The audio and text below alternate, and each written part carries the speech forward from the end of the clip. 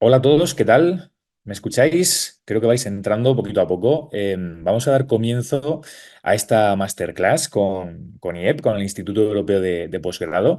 Es un honor para mí estar aquí. Soy docente de esta entidad desde hace algunos meses, algún tiempo, y la verdad que el poder acercar pues, un poco más los contenidos que hacemos sobre, en este caso, seguridad alimentaria, con esta masterclass abierta para todos, para que podáis disfrutar y conocer un poquito más este sector, este ámbito.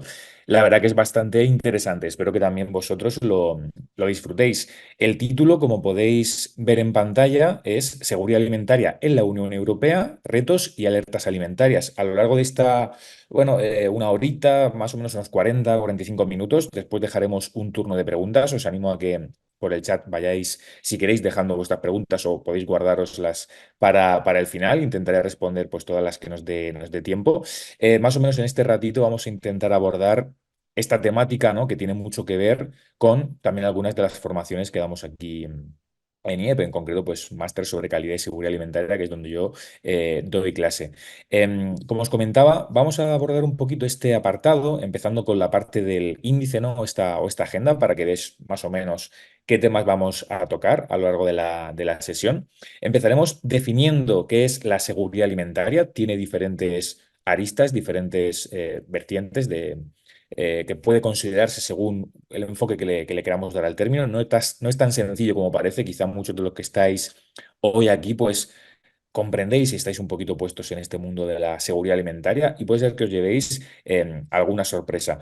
Después hablaremos de antecedentes históricos. Esta masterclass está muy centrada pues, en España, en la Unión Europea, en cómo toda esa legislación se comporta, porque es verdad que en la Unión Europea tenemos, como veréis, unos estándares muy marcados y sí que es muy distinto seguramente respecto a otros países. Me consta que muchos de los que estáis por aquí, que ya veo por el chat que nos vais saludando, pues sois de países de Latinoamérica y eso es muy interesante porque cuando hablamos con estas comparaciones entre Latinoamérica, España, Unión Europea, vemos en seguridad alimentaria y en alimentación muchas diferencias, sobre todo de la parte legal, que es un poquito lo que vamos, como os decía, a profundizar y hacer ese hincapié.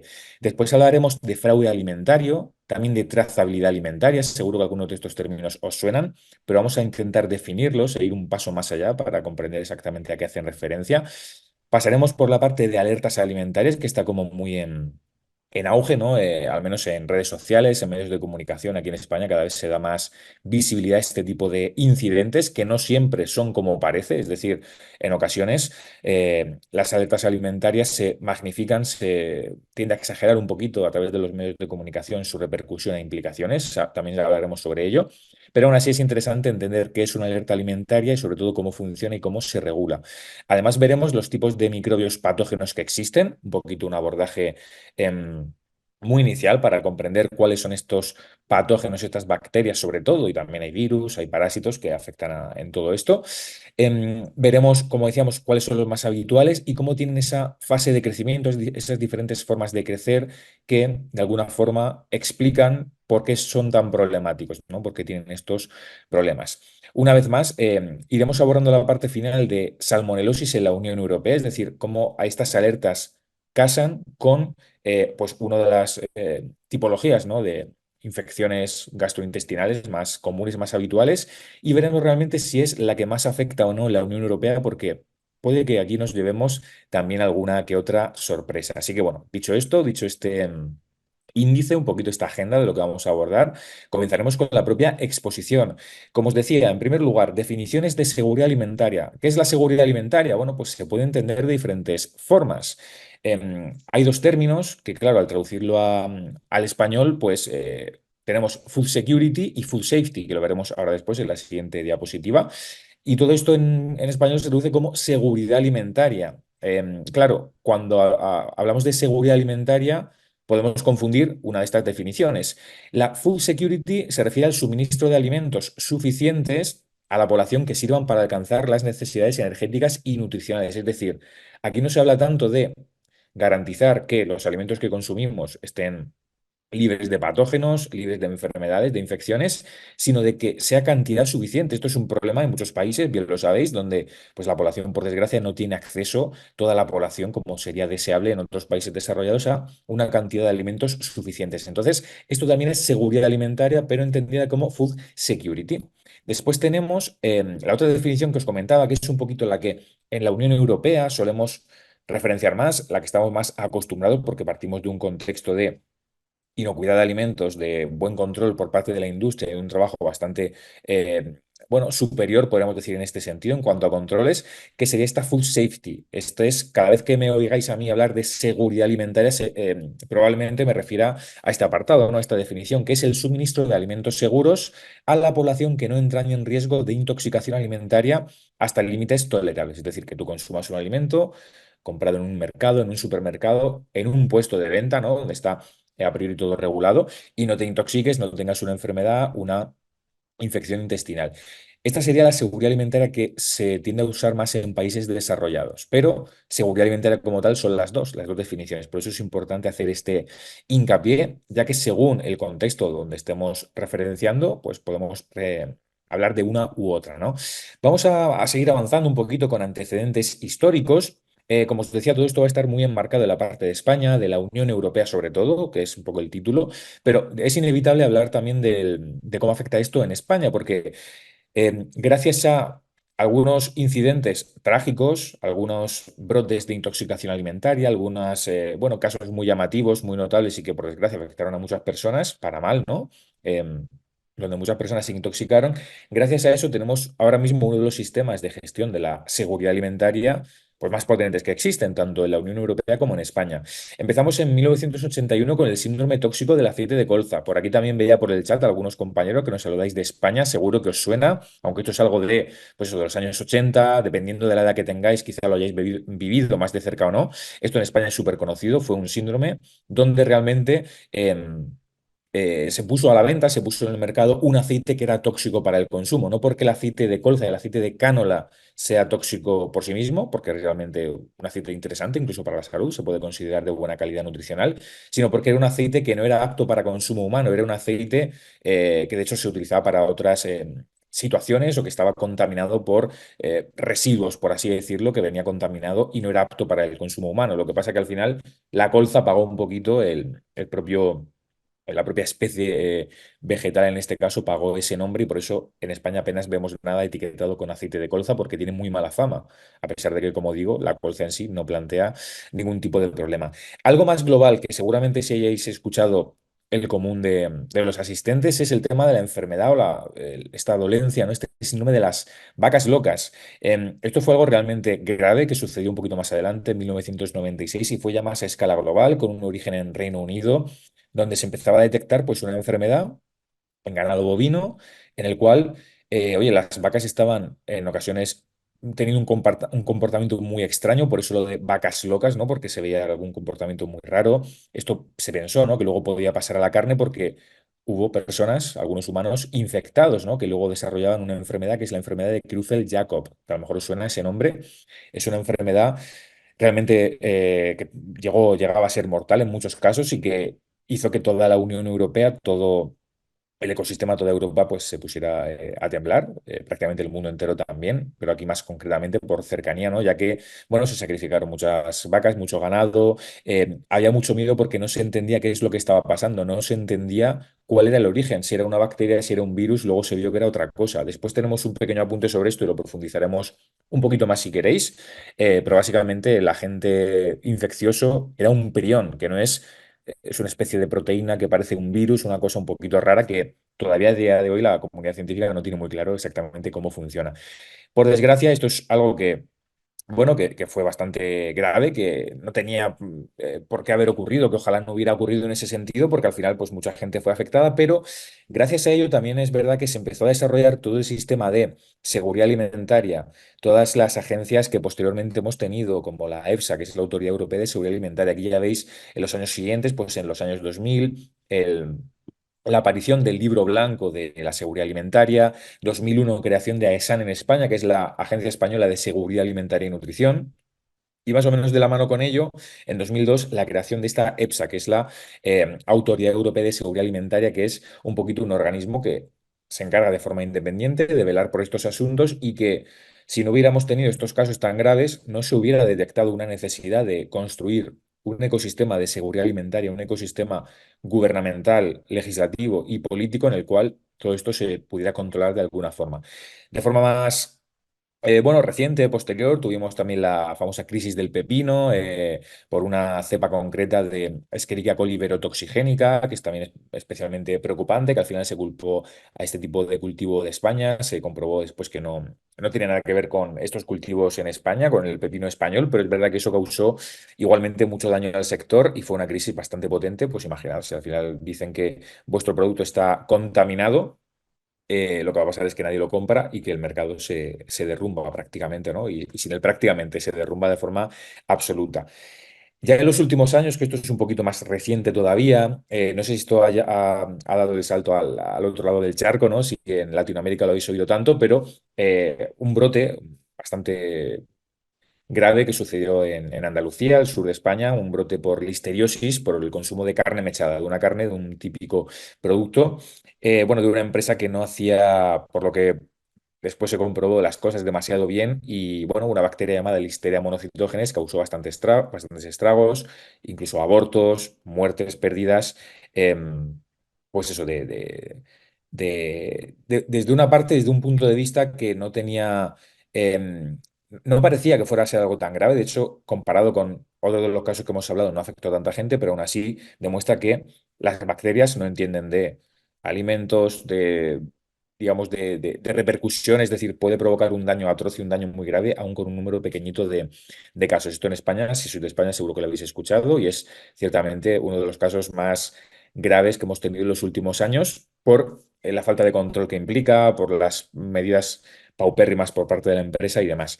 Y ya, año pasado, ya en los últimos meses prácticamente, un brote de salmonelosis por tortilla de patatas, que es un producto muy típico de España, que a los españoles tenemos cierta tendencia a que nos guste poco cuajada, casi líquida, y eso, por supuesto, pues complica mucho el hecho de garantizar una seguridad alimentaria, porque al final estamos hablando de huevo, de un producto, de un alimento que de forma natural puede tener la bacteria Salmonella, sobre la que vamos a profundizar mucho porque es una de las intoxicaciones alimentarias más típicas, más famosas. Y claro, pues también hubo aquí un brote, ¿no? Bastante conocido en Madrid, en una conocida cadena de restaurantes que provocó bastantes casos graves, no de tanta gravedad como los anteriores, pero sí que de cierta repercusión, lo que nos hace pensar y nos demuestra, ¿no? De alguna forma que la seguridad alimentaria está presente en todos los contextos, no solo en restauración, sino en los hogares, sino también en las industrias, en las fábricas, y que por lo tanto debe garantizarse a toda costa, ¿no? Hecho este repaso, por aquí podéis ver, como os decía, algunos de los noticias, capturas de prensa, ¿no? Estas son bastante antiguas, esta que tiene que ver con las vacas locas, por ejemplo.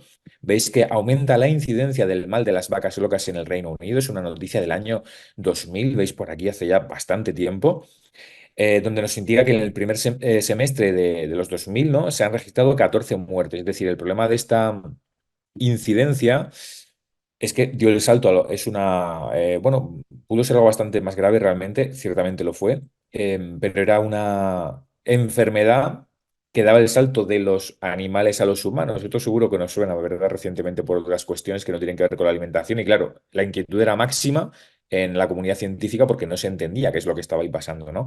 Aquí hay más capturas de prensa, ¿no? Donde sobre todo el gobierno de París, en este caso, desataba la polémica, según decían los medios, porque admitía que había una vía de infección desconocida. Claro, si la gente que debe controlar esto, que se supone que sabe esto, te dice que hay una infección desconocida, pues imaginaos en aquellos momentos el daño que produjo en el sector, el miedo que hubo entre la población y todo lo que se desató, ¿no?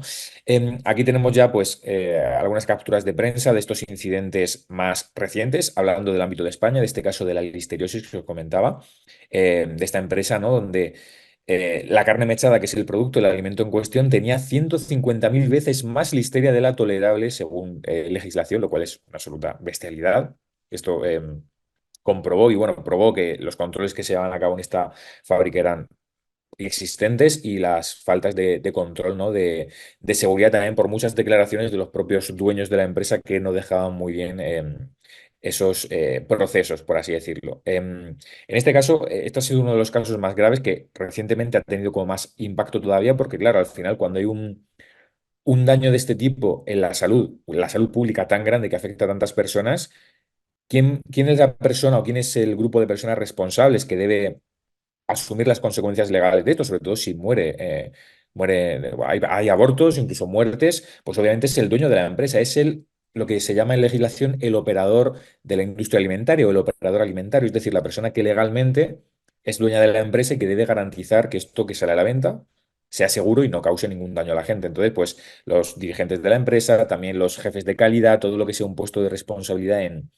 una empresa de este tipo, va a ser la persona que después responda ante todo esto y que seguramente, como es este el caso, aunque pasen meses, incluso años, pueda llegar a tener pena de cárcel, multas muy grandes y demás, ¿no? Porque al final estamos hablando de algo muy, muy serio. Aquí tenéis un poquito más reciente que os decía, este caso de tortilla de patatas, donde hablamos ya de 40 afectados, varios hospitalizados. Aquí, si no recuerdo mal, creo que no hubo que lamentar ningún fallecimiento, nadie murió por este caso, porque normalmente la salmonelosis o salmonela es verdad que no suele ser tan dañina, ¿no? No suele tener acarreado un porcentaje de muertes tan alto como puede hacer Listeria, por ejemplo. Aún así, eso no quiere decir que no haya que tenerle respeto, precaución y entender que una intoxicación alimentaria no es solo importante cuando se nos lleva por delante, dicho de forma muy, muy coloquial y muy directa, es decir, cuando nos causa desgraciadamente una muerte, ¿no? Cuando tenemos una gastroenteritis grave o incluso leve, cuando estamos perdiendo salud por el camino, es decir, nuestra salud se ve mermada, estamos perdiendo años de calidad de vida. Eso también es importante prevenirlo y entender que las intoxicaciones alimentarias van mucho más allá que un simple dolor de barriga, ¿no? Que esto es algo que siempre decimos mucho en seguridad alimentaria. Es muy importante recordarlo. Porque de lo contrario estaremos, pues, bueno, funcionando, ¿no? Sin ningún tipo de medida de control. Damos un poquito el salto, el paso a hablar del fraude alimentario, que está muy relacionado con esto, porque claro, cuando vemos este tipo de casos, lo de la tortilla de patatas, tema carne mechada, normalmente son fallos por negligencia, ¿no? Es decir, porque la gente no hace bien las cosas, pero no suele tener un interés, o al menos aparentemente no debería ser así, porque ellos salen perjudicados, muy perjudicados. Es decir, no lo hacen con mala fe, aparentemente, en la mayoría de casos. Sin embargo, hay otros donde sí que este tipo de errores o este tipo de incumplimientos se realizan con una mala intención. Es decir, aquí hablamos de fraude alimentario porque esto es una sustitución intencionada, es decir, cambiamos un ingrediente que cuesta menos dinero por algo más caro, es decir, imagínate que queremos vender una carne pues de alto precio, alto coste, que puede ser una carne de ternera, y la cambiamos por otra especie que a lo mejor cuesta menos. En cambio, en el etiquetado, como indica aquí el etiquetado incorrecto, estamos poniendo que sigue siendo carne de ternera, de vacuno o de la especie más cara. Esto sería una sustitución intencionada porque estamos cambiando de forma fraudulenta, ¿no? De forma reiterada y con intención, esa especie una por otra, estamos adulterando, estamos falsificando no solo el propio envase, sino también la materia prima y, en definitiva, el producto que se está comercializando con un fin claro, que es obtener un beneficio económico. Es decir, esto lo hacen las empresas para ganar dinero y porque normalmente lo que buscan es un engaño al consumidor. Por eso en este caso sí que estamos hablando de fraude alimentario y no de una negligencia como sería el caso de antes. Ahora veremos algunos ejemplos que seguro que os van a permitir entenderlo de una forma más clara. Los típicos ejemplos suelen producirse incluso antes de que el consumidor vea el producto. No es tanto una cuestión de mercado o supermercado, sino que a veces simplemente se cambia una materia prima por otra. Esto se ve mucho, por ejemplo, en el sector lácteo, cuando un tipo de proteína láctea se cambia por otra de menor valor biológico, es decir, más económica también y con menor interés nutricional. Esto es algo que está ahora muy de moda también en el campo de los suplementos, de la suplementación deportiva. Y algunas de las características que os cuento aquí, que resalto y quería resaltar en la presentación, es que normalmente sucede como decía, una sustitución de materias primas por otras más baratas, eso es clave. Y también un punto muy importante, y es que no siempre tiene por qué haber un riesgo para la salud del consumidor. Es decir, a veces el fraude implica cambiar una especie de carne por otra, un tipo de materia prima por otro, y simplemente es una cuestión económica, es decir, para abaratar costes y obviamente lleva un engaño al consumidor, hay que perseguirlo, no se puede permitir, está mal, obviamente esto está mal, pero no tiene por qué llevar a una intoxicación. Simplemente es un engaño relativo a ingredientes, ¿vale? Que esto a veces, por eso a veces se confunde el tema de las intoxicaciones con el fraude. Es algo importante a mencionar y que en la legislación alimentaria se tiene también muy, muy en cuenta. Aún así, cuando hay un fraude, cuando hay un engaño, esto inevitablemente suele asociarse con un riesgo más elevado porque realmente hay una falta de control sanitario. Si no se detectan los controles que estamos haciendo las cosas mal o que las autoridades no se dan cuenta de que hay un cambio de un ingrediente por otro, probablemente tampoco se estén dando cuenta de ese déficit o esa negligencia, ¿no? En cuanto a control sanitario. Por lo cual no debemos despistarnos porque puede ser que una cosa acabe llevando a la otra. Aquí sí que os pongo algunos ejemplos de lo que es fraude alimentario como tal.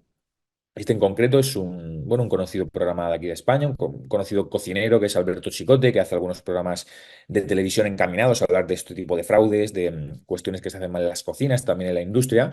Y en este caso, suele destapar muchas tramas, como por ejemplo, algunas que tienen que ver con el atún rojo, ¿no? Que es un alimento de un alto valor económico, muy preciado, y donde normalmente, pues, según parece, aquí veis, ¿no? En este texto que os animo a que leáis conmigo, el cocinero Alberto Chicote es testigo en Te lo vas a comer, que es el nombre del programa, durante 24 horas de la mayor operación policial que se ha realizado en Europa contra la pesca ilegal del atún, con cerca de 80 detenidos y más de 80.000 kilos de atún intervenidos. Se dice pronto, muchísimo atún, muchísimo pescado fuera de la ley, sin control sanitario.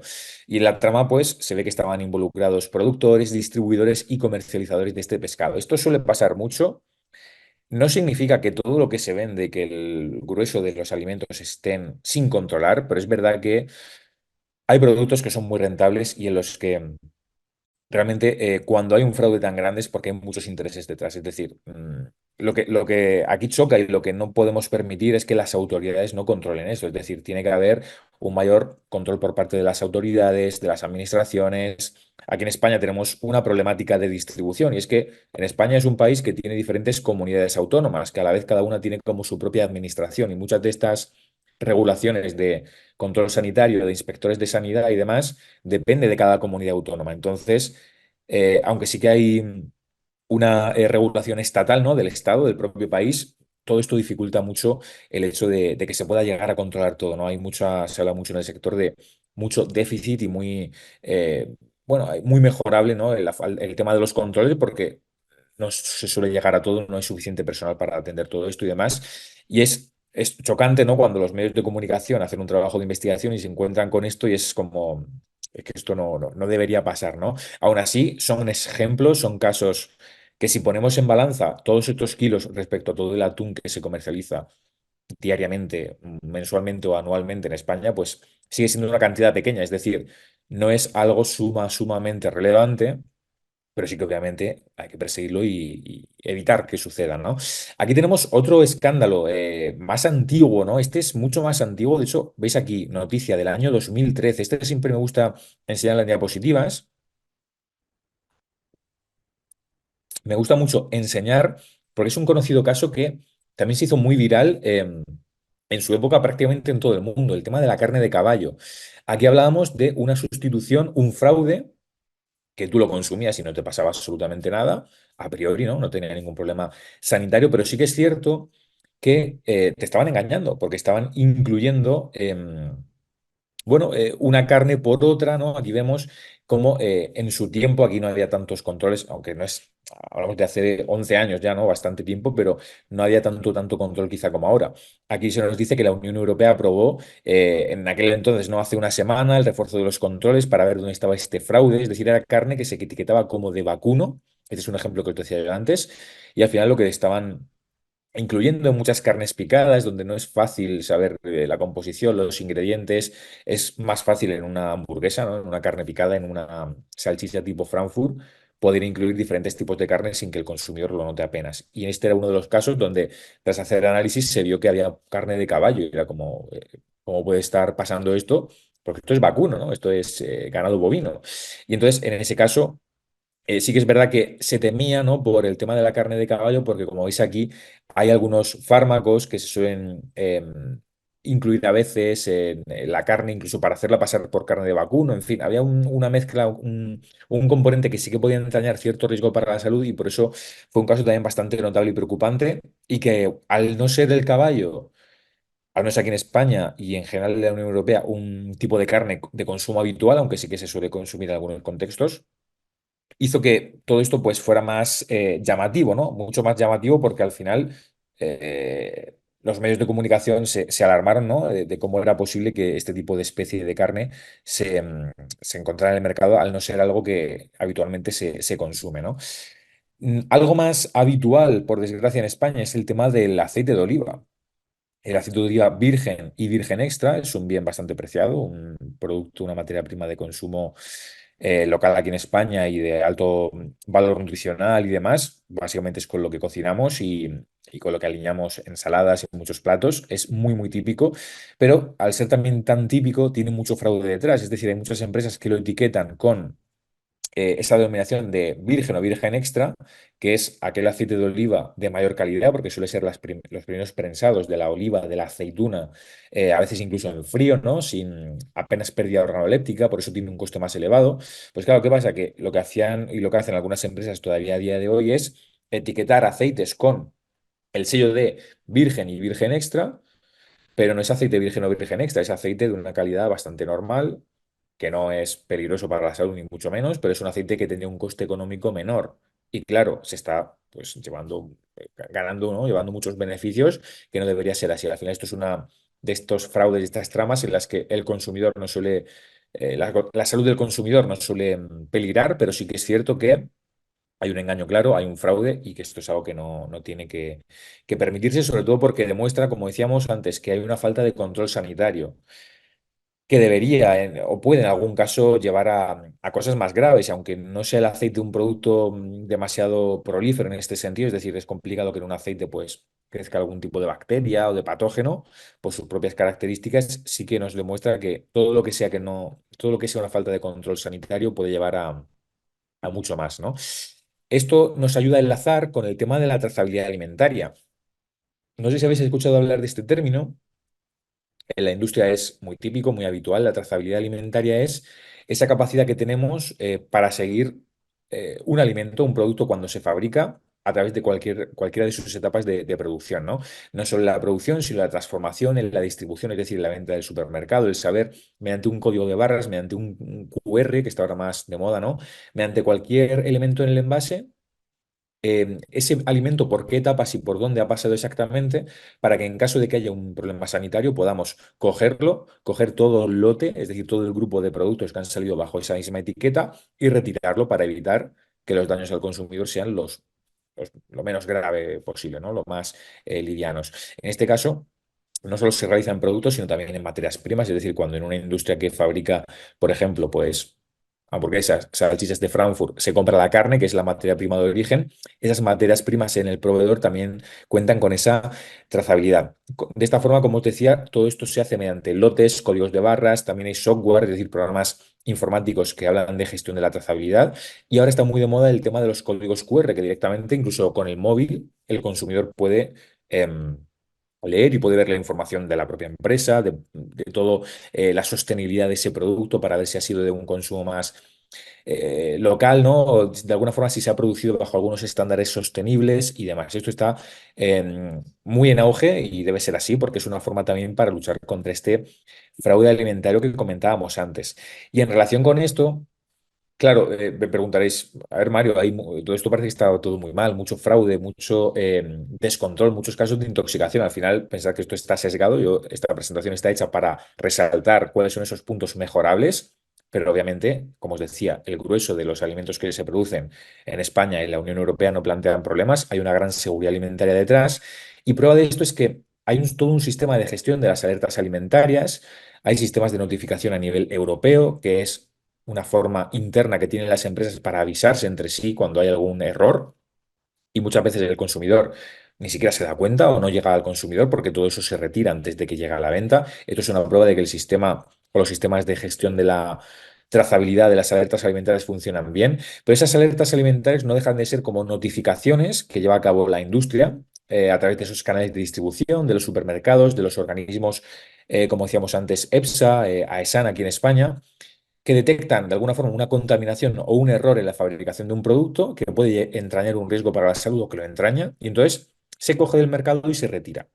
Claro, eso es la última etapa, la menos deseable, pero hay muchas alertas donde el producto ni siquiera ha llegado al mercado. De hecho, no se llega a considerar una alerta como tal porque es simplemente una notificación, tiene otro nombre, otra categoría, pero Para medir todo eso hay informes, lo que se llama el SCIDI, son estas siglas que se refieren aquí en España al Sistema Coordinado de Intercambio de Información, que anualmente pues, va sacando una memoria, un informe que es verdad que va con un poquito de retraso, suele sacarse del año anterior con un año más o menos, año y pico de retardo. De hecho, pues la última, que para los últimos datos que yo he consultado para actualizar para hoy esta presentación son de 2022, o sea, de 2023 todavía no están, suelen salir. Saldrán a finales de este año, de 2024, en diciembre, sale todo lo de 2023, así que va con un año de antelación. Pero bueno, a pesar de ese retardo que es necesario para poder analizar y medir todos los datos, lo que debemos hacer es, en este caso, tenemos que garantizar y de alguna forma vigilar muy de cerca cómo se comportan esos crecimientos, es decir, cómo a lo largo de los diferentes años puede haber, ¿no? O hay incluso una especie de crecimiento, de descenso, es decir, de que en 2018, por ejemplo, veíamos que había unos 261 alertas alimentarias. Con el tiempo ha ido creciendo. Claro, ¿eso qué significa? Eso significa que cada vez estamos peor, que cada vez hay más alertas, hay más inseguridad, que todo funciona em, de alguna forma peor, ¿no? Pues no tiene por qué. Veis que aquí en 2021 se alcanza un pico de 473 casos y ahora en 2022 vuelve a bajar. Aquí si veis, en el año 2020 sucedió algo que creo que todos conocemos, que se llama pandemia COVID-19. A partir de este momento, en el año 2020 se incrementó de una forma brutal todos los sistemas y todas las medidas de control, lo cual explica que en el año siguiente se alcance un pico, ¿no? de alertas. Esto no quiere decir que ahora haya más inseguridad o que se hagan las cosas peor, sino que somos capaces de detectar de una forma mucho más fiable y con mucho más rigor aquellos casos donde hay desviaciones y donde se hacen cosas mal, ¿no? Por eso a veces es, perdón, es complicado, ¿no? Explicar que la gente entienda que hay una mayor seguridad alimentaria cuando vemos aquí un ascenso claro de casos, ¿no? Esto aún así son alertas, quiere decir que son notificaciones, que son procesos que no siempre se traducen en problemas reales, pero se debe, como veis aquí, a partir de 2020 sobre todo, aunque con el tiempo también, a que cada vez somos más hábiles detectando los problemas y las alertas que suceden. Cada vez nos damos más cuenta de todo esto y ahora, pues una vez que estamos en esta estabilidad, en 2022 ha bajado y seguramente en 2023 pues tengamos un descenso todavía mayor, ¿no? Si queréis ver un poquito cuáles son, siguiendo un poquito con este informe, los productos alimenticios, ¿no? que suelen estar implicados en los expedientes, pues veis por aquí que a pesar de que podamos pensar que los alimentos de origen animal son aquellos que más intoxicaciones provocan o que más casos desatan por el tema del huevo, de la carne, sobre todo de pollo, que es muy especialmente delicada desde el punto de vista de seguridad alimentaria, también el pescado. Vemos que hay un empate con los alimentos de origen vegetal, es decir, prácticamente, y sin el prácticamente, a igualdad de condiciones, los alimentos de origen vegetal desatan tantas alertas como los de origen animal. Luego tenemos otros productos y los MECA, que son los materiales en contacto con los alimentos, lo que es la parte de envasado, que ocupa un 10%. Dentro de ello, en los productos de origen animal vemos que, paradójicamente, aunque no se suele poner tanto el foco en el pescado, que también, porque hay temas de anisakis y muchas cuestiones de patógenos, solemos pensar que es la carne, ¿no? la que más problemas puede detectar. Aquí el pescado gana con este año, ¿no? con 87 expedientes de alerta, alerta de información que se llama en este sistema SCIRI, y la carne ocupa un segundo lugar con 72 casos, moluscos bivalvos 43, leche de derivados 26 y los huevos, sorprendentemente, solamente 6, a pesar de que suele ser un alimento bastante problemático, y productos apícolas, que sería la miel. Dentro de ello, aquí vamos a definir un poquito los tipos de microbios patógenos. Un patógeno es un microbio capaz de provocar enfermedades transmitidas por los alimentos mediante las conocidas intoxicaciones alimentarias. Solemos hablar mucho de microbios patógenos, yo también es un término que uso mucho, y se suele equiparar al de bacteria, pero no siempre es una bacteria. Un microbio o un microorganismo patógeno puede ser un virus, puede ser un moho, puede ser un parásito como el anisakis. Hay de diferentes tipos. Los más habituales, algunos los hemos mencionado, otros no, pues son Salmonella, Listeria monocitógenes, que hemos dicho antes en el tema de la carne mechada, También tenemos Campylobacter, que ahora al final haremos aquí una mención, Staphylococcus aureus, Escherichia coli, Bacillus cereus, Norovirus y Anisakis. En este caso son diferentes tipologías de microbios. Todos ellos no pertenecen a la categoría de bacterias, algunos son virus y otros son parásitos. Hay una diferencia clara al margen de su origen, que es esta parte de intoxicación alimentaria e infección alimentaria. Yo a lo largo de la ponencia, y seguro que me seguiréis viendo utilizar este término, intoxicación alimentaria se suele usar como sinónimo, es decir, como que todo lo que tiene que ver con una enfermedad causada por estos microbios es una intoxicación, pero realmente hay diferencias, ¿vale? En este caso, la intoxicación alimentaria suele ser aquella que está causada por toxinas o elementos químicos, y las toxinas suelen ser generadas por bacterias o mohos. Aún así, como os decía, es un término genérico, pero debería utilizarse si somos muy estrictos con la terminología, con aquellas bacterias que producen toxinas, como Clostridium botulinum, que es aquella bacteria que produce la toxina botulínica. En cambio, la infección alimentaria es aquella que lo que te causa el problema no es la toxina, no es el producto que ha generado ese microbio, sino que es un microorganismo vivo, como sucede en el caso de Salmonella, por ejemplo, de algunos virus de transmisión alimentaria como la hepatitis A.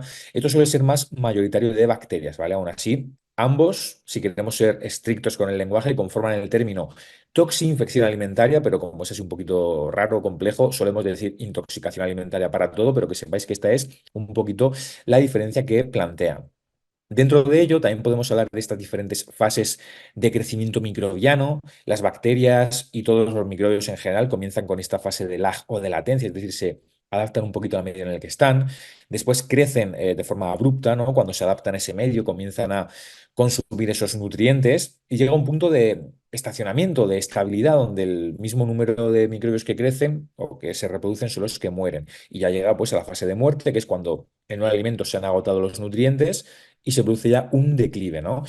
Para que os hagáis una idea de lo que estamos hablando y por qué esto es tan preocupante, Salmonella, que es esta bacteria tan famosa que hemos dicho, se reproduce cada 20 minutos. De esta forma, si partimos de una sola bacteria, vamos haciendo cuentas. A los 20 minutos hay dos bacterias, a los 40, 4, a la hora 8, a las 2 horas 64 y seguimos a las 3 horas 512, 4 horas 4096 porque van multiplicándose de una forma exponencial, a las 5 horas 32.768. Esto se traduce en que en unas poquitas horas, en un par de días, incluso antes, podemos tener millones de bacterias a partir de una sola.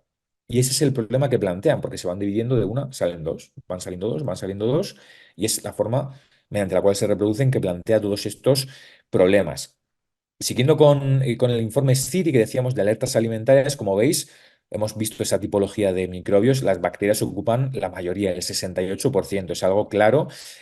Después ya van los virus, toxinas, parásitos, las biotoxinas y algunos hongos y levaduras. Pero las bacterias son el protagonismo más absoluto. Y dentro de ello está Salmonella. Salmonella es una de las que más alertas, bueno, desata o provoca en este tipo de informes.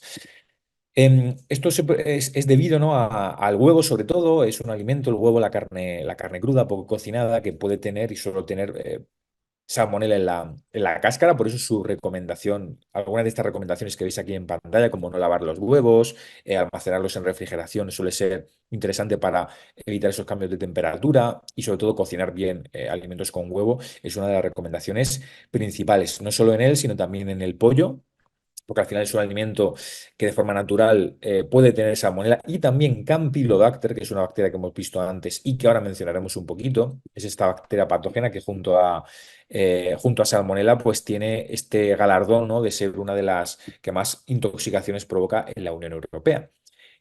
Dicho eso, también tenemos, por ejemplo, la carne picada, que forma parte de hamburguesas y demás. Es un material que se manipula mucho, que se toca mucho, se corta, se mezcla y eso favorece un alto grado, una alta superficie de interacción con las bacterias, con los patógenos. Así que mucho cuidado también con consumirla pasado muchos días, con no almacenar la temperatura suficiente y demás.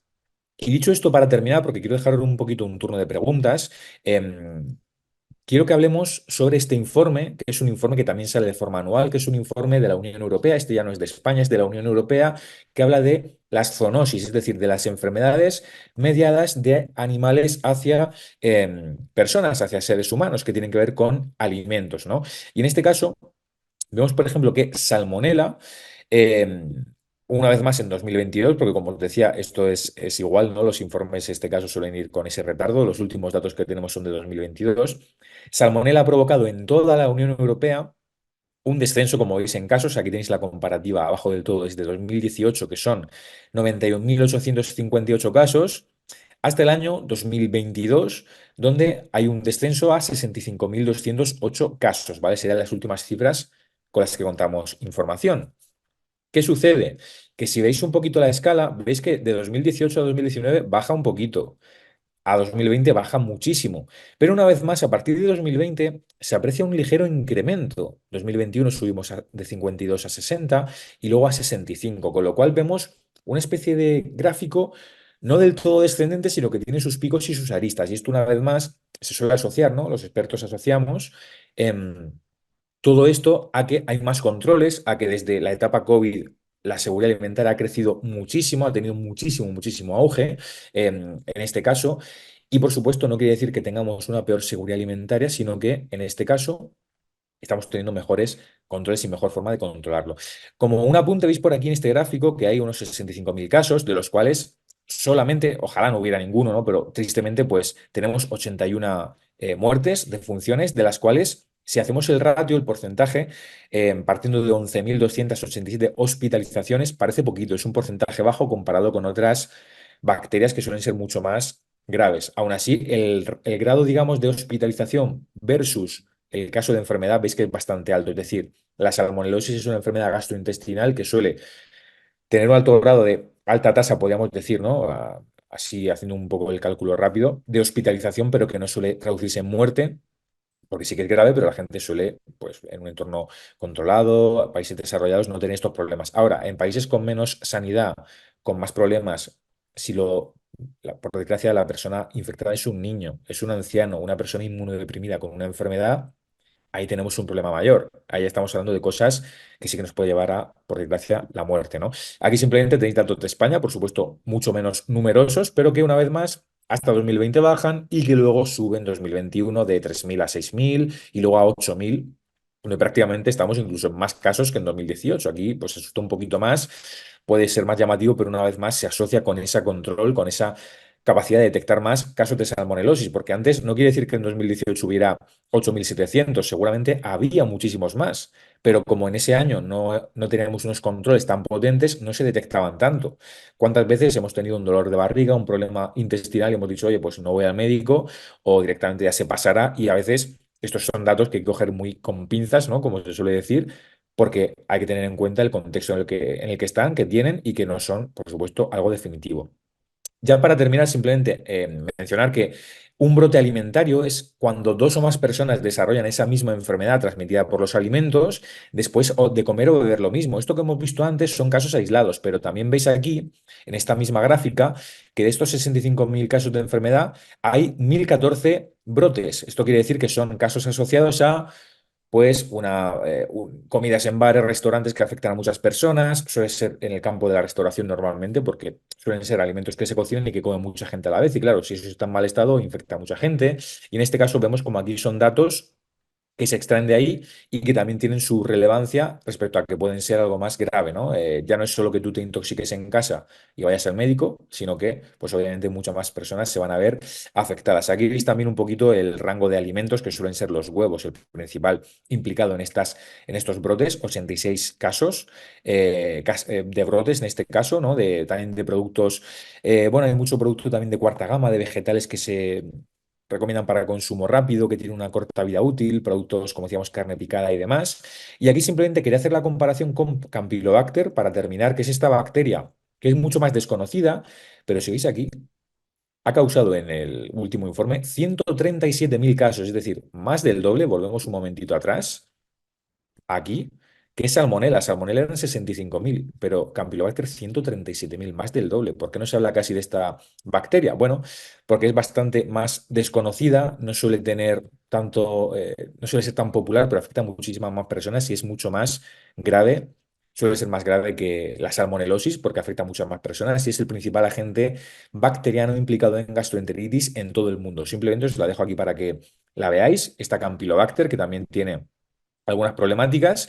Y ya para terminar, os quiero indicar, antes de dar paso al turno de preguntas, que ya si queréis podéis ir por ahí apuntando en el chat, que lo tengo aquí abierto y os iré respondiendo para cerrar la sesión. Algunas conclusiones respecto a Salmonella. Es la segunda, no la primera infección gastrointestinal, porque la primera es Campylobacter, transmitida por alimentos que se notifica con mayor frecuencia en humanos. Es una de las principales causas de brotes de origen alimentario en los estados de la Unión Europea, como hemos visto. Y los cinco principales serotipos o tipos de salmonela involucrados suele ser la salmonela enteriditis con un 67,3% y luego otras cepas, otras especies más minoritarias, pero enteriditis suele ser la principal. No la oiréis mucho porque se suele hablar de salmonela en términos genéricos, pero es importante que lo conozcáis. Y si nos preocupaba el hecho de que haya falta de control, de que esto se analice poco y demás, en este informe podéis ver que es un informe público, si lo buscáis en Google lo encontraréis, este que hemos mencionado y también el de Stiri, todos que veréis sobre salmonela que en los alimentos no listos para comer, es una categoría llamada NRTE, se recolectaron, es decir, se analizaron más de medio millón de muestras, 521.917 unidades de muestreo. Son muchas, es un esfuerzo muy grande, cada año siguen aumentando, aún así son poquitas en comparación con el grueso de alimentos que salen al mercado, pero oye, se analiza mucho, se controla mucho y de todas ellas solamente un 2,1% mostraron pruebas positivas, ¿no? Se considera un nivel bajo. La mayoría fue en carne y productos cárnicos de pollos de engorde, por eso el tema de salmonella, Campylobacter suele estar en este tipo de alimento, en pollo con un 5,1% y también el pavo en un 3,3%, así como el cerdo 1,3%. Así que sí que podemos decir que salmonella suele ser más preocupante en pollo crudo que en alimentos preparados, ¿vale? Es un poquito esa conclusión que os quería trasladar. Y ya por mi parte, simplemente, gracias por vuestra atención. Más o menos hemos cumplido con el tiempo. Estimado, aquí pues vamos a tener ahora una pequeña parte de preguntas, de ir respondiendo. Voy a revisar un momentín el chat, aunque casi todo creo que han sido saludos de buenos días, buenas tardes, según la zona horaria, ¿no? en la que estemos, que esto es muy habitual, que sé que tenéis muchos un cambio horario bastante importante. Y mira, voy a empezar por aquí con Diana Marcela, que me pregunta. Nos dice, buenos días, ¿existe alguna relación el listado de alimentos nuevos con la seguridad alimentaria? ¿Qué se puede hacer para el caso de estos productos si están aprobados en Colombia? ¿Es posible que ingresen? ¿Qué trámites se pueden hacer? No sé exactamente, por desgracia, desconozco la situación de Colombia, porque al final, como ves, Diana Marcela, todo lo que hemos hablado es de la Unión Europea, está muy enmarcado porque tiene una legislación muy concreta. Entiendo que a lo mejor te refieres a productos nuevos que están saliendo al mercado. Esto en la Unión Europea también hay un listado de nuevos alimentos, sin ir más lejos, el caso de los insectos, aquí en Europa es muy típico y pertenece a esa categoría, y suelen ser algunas especies, algún tipo de alimento que no tiene un consumo habitual en nuestra región, en nuestro país. Entiendo que pueda ser un poco el caso parecido, ¿no? De productos que no, claro, son nuevos, no tienen esta categoría y entonces pues obviamente no hay una parte legal, ¿no? ¿Sobre qué trámites hacer? Pues ahí lo que deberías hacer es informar directamente, informarte en la autoridad sanitaria de tu país, que seguramente tengan procesos para ver si se pueden aprobar esos alimentos, ver bajo qué premisas y sobre todo tener una legislación robusta, es decir, las empresas no pueden de aquella forma o no deberían, ¿no? Importar y exportar productos sin este control legislativo. Em, me dices que es para el caso de exportar a España. Entonces, en este caso, lo que tienes que hacer es revisar la legislación española, porque es en el país donde tú vas a vender. Y eso seguramente los proveedores de España te puedan informar. Em, Nos dice Eloisa Uenu, ¿cómo poner la lupa de manera seria para que se le dé toda la importancia a la seguridad alimentaria en todo el mundo, sabiendo que la alimentación es el 95% de la salud del ser humano? Bueno, no sé, ese porcentaje no sé exactamente si es así o no, desde luego es muy, muy alto. La nutrición y la alimentación es muy importante para el bienestar, bien lo sabemos, ¿no? Y por eso los alimentos tienen tanto peso y tanta importancia. Al final aquí estamos en un entorno, en un contexto profesional, estudiantil, donde vosotros seguramente estáis interesados en formaros, en adquirir más connotaciones o simplemente en informaros de forma como consumidor final. Yo al final soy una persona que se dedica mucho a la docencia, también a las redes sociales y siempre creo en el potencial que tienen estas para involucrar a todos los seres humanos, a todas las personas en este tipo de concienciación. No hace falta que lo hagamos en redes sociales desde simplemente con nuestros conocidos, con nuestras personas más cercanas, poder tener una forma de conexión, de pasar información fidedigna, ¿no? Cuando veamos un bulo, esto que está ahora tan de moda de cadenas de información falsa en Facebook, en WhatsApp, si tenemos la capacidad y somos conscientes de que es una información errónea, siempre podemos ayudar a desmentirlo o a pasar información de profesionales, de gente que se dedica a la divulgación y que en redes pues haga sus vídeos y sus cuestiones que nos ayude de alguna forma a que todo el mundo, la mayor parte del mundo, esté informado, ¿no? Ese es un poco siempre el pensamiento que yo tengo. Pero bueno, es un punto de vista muy complicado y que desde luego abarca muchas cuestiones. Luz Elena nos dice, ¿qué medidas aconseja para manipular estos alimentos? ¿Usted nos puede compartir este vídeo? Entiendo que te refieres a la presentación de hoy. La verdad que no estoy seguro, eso lo tenéis que consultar con IEP, con el Instituto Europeo de Posgrado. Entiendo que se está grabando seguramente y habrá forma de acceder después, pero lo tenéis que consultar directamente con el instituto, ¿vale? La verdad que no estoy seguro de la forma de distribución. A ver, por aquí, ¿qué más cuestiones? Ah, mira, sí, por aquí veo que los compañeros de UNIR nos lo indican, que esta masterclass va a ser subida al canal de YouTube del Instituto Europeo de Posgrado. Pues genial, lo vais a tener todos ahí público y lo podéis compartir con el resto de compañeros. Así que genial. Em, por aquí Pilar nos saluda desde Bogotá, da las gracias por la masterclass, un placer, espero que os sea resultado de interés. Nos dice también Elena que, bueno, que es una situación, ¿no? La alimentación que se está manejando muy mal en muchos países, que es de suma importancia, sobre todo para los niños, es correcto. Es decir, veíamos aquí en el tema de las intoxicaciones que bueno, el público, como os decía, infantil, los niños, las niñas son ese target, ¿no? Ese público concreto que suele ser más susceptible de tener los problemas, de que ante una intoxicación, ante una enfermedad alimentaria lo pasen realmente peor, tengan esos problemas y por eso hay que estar mucho más pendiente en estas cuestiones, ¿no?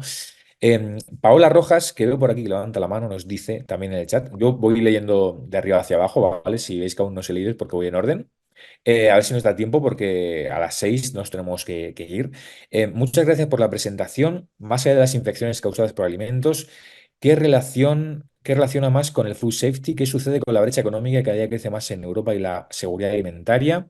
Entiendo que te refieres que, claro, el problema al final, hablar de esto está muy bien, pero que cuando hay una escasez de alimentos, cuando los gobiernos, cuando los países son incapaces de suministrar esto, pues bueno, el problema está ahí, ¿no? Y es cierto, al final, estos consejos, y por eso lo enmarco mucho, yo siempre que hago este tipo de comunicaciones, tanto en mis redes sociales como en este tipo de masterclass y demás, oye, es hablar de el contexto en el que estamos. Yo hablo de la Unión Europea, yo hablo de España, donde por suerte tenemos un entorno seguramente más privilegiado que en otros países, que pasa mucho en Latinoamérica, donde no hay tanto control, donde no hay tanta legislación que esto lo apoye. Claro, ahí a veces los problemas suelen ser otros. No nos podemos preocupar tanto de la seguridad alimentaria en ocasiones, sino de comer, obviamente, ¿no? Y de que en algunas regiones que no tienen acceso a alimentos tengan capacidad de esto.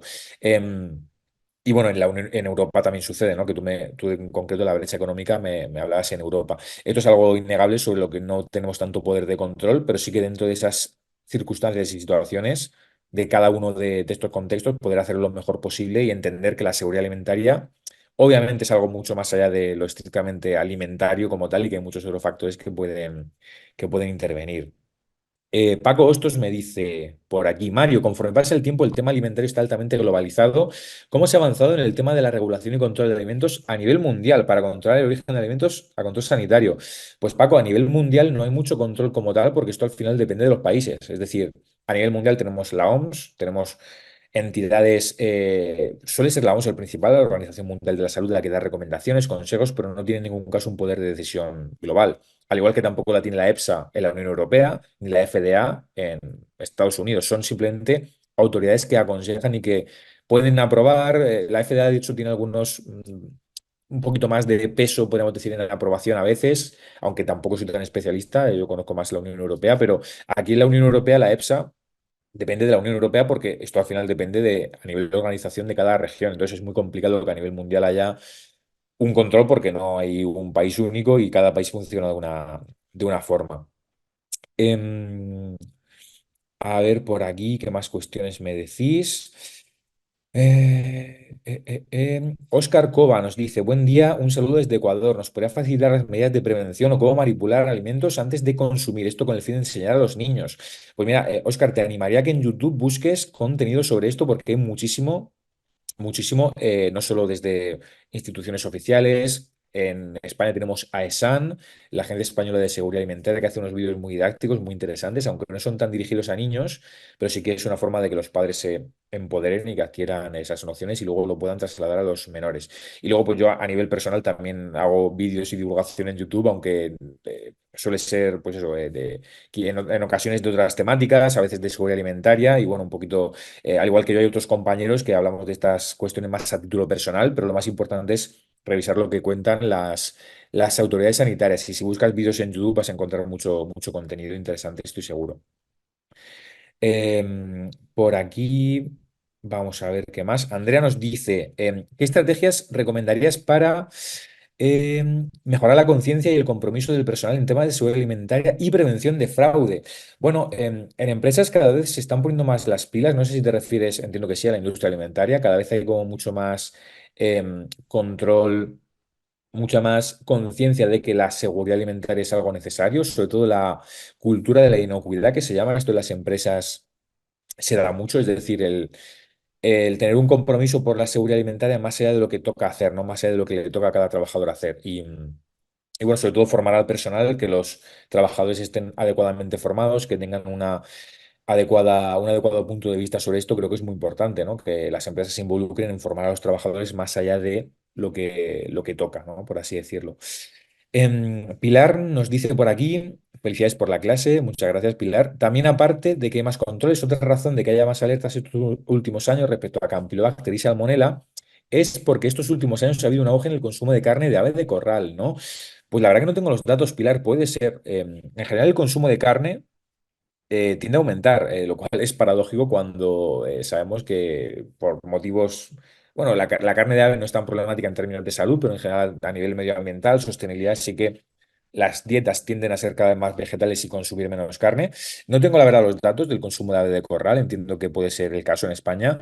En cualquier caso, a nivel mundial en general la carne sigue aumentando, ¿no? Podría ser uno de ellos, pero yo suelo atribuirlo más a estos controles, ¿no? En el caso que hablamos. Hay también datos oficiales, es decir, la carne de ave, carne de pollo, como tú dices por aquí, y de pavo sobre todo, tiende a aumentar mucho su consumo, pero a veces estas percepciones solemos tenerlas más a nivel personal, ¿no? Por el tema de la salud, de que está cada vez más de moda comer sano. Y ciertamente sí que hay datos, suele haber también informes regulares de consumo de alimentos, pero suelen ir por parte de encuestas, es decir, a las personas se les pregunta cuál es su menú y más o menos en base a eso se controla y se regula esto.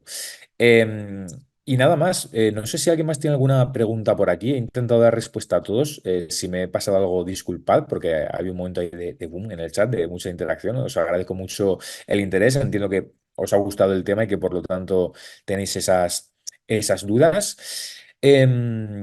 Y vamos a ver, quizá para responder ya algunas últimas que nos dice por aquí, a ver, Aritz Elola nos dice, no debería de preocuparnos cada vez más que a pesar de que la comida cumpla con los requisitos legales, cada vez sea más pobre en nutrientes. Esto es un tema muy interesante, Aritz, porque aquí hablamos de toda la parte de los procesados, de los ultraprocesados, y claro, una cosa es la seguridad alimentaria y otra es la nutrición, es decir, un producto puede ser muy sano, muy saludable, y ser inseguro y causarte una intoxicación alimentaria porque no está correctamente desinfectado, no está pasteurizado. Un vegetal que encuentres del campo, una lechuga, un tomate, una hortaliza, puede ser lo más sano del mundo, pero estar llena de parásitos o de microbios. En cambio, puede darse la situación contraria, un ultraprocesado, una hamburguesa, un hot dog, un donut, pues seguramente no te vaya a intoxicar por una de estas bacterias porque está muy controlado su proceso en la industria, pero sí que puede provocar enfermedades metabólicas a largo plazo asociadas al consumo de azúcar, de grasa. Es una paradoja,